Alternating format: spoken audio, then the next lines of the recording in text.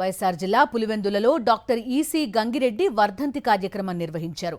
ఈ సందర్భంగా ఈసీ గంగిరెడ్డి ఘాట్ వద్ద ఆయన సతీమణి సుగుణమ్మ, కుమార్తె వైఎస్ భారతిరెడ్డి, కుమారుడు ఈసీ దినేష్ రెడ్డి, ఇతర కుటుంబ సభ్యులు నివాళులర్పించారు.